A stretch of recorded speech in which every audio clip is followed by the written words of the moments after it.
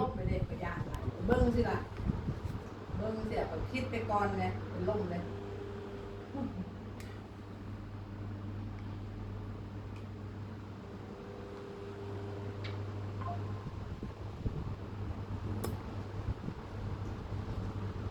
คิดว่าเขายิงนักเด็กเลยแต่เขาคอยตัดที่เราน้อยๆแบบพวกคิดคนไปไม่ลงเป็นลม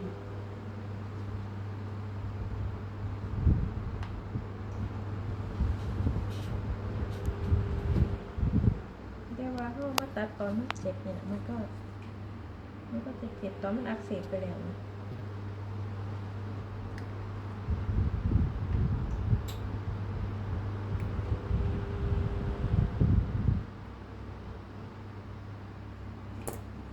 แต่เห็นแบบเวลาเขาเฮ็ดคลิปอะนะเขาแทงปวดลงไปแล้วก็จะเจ็บ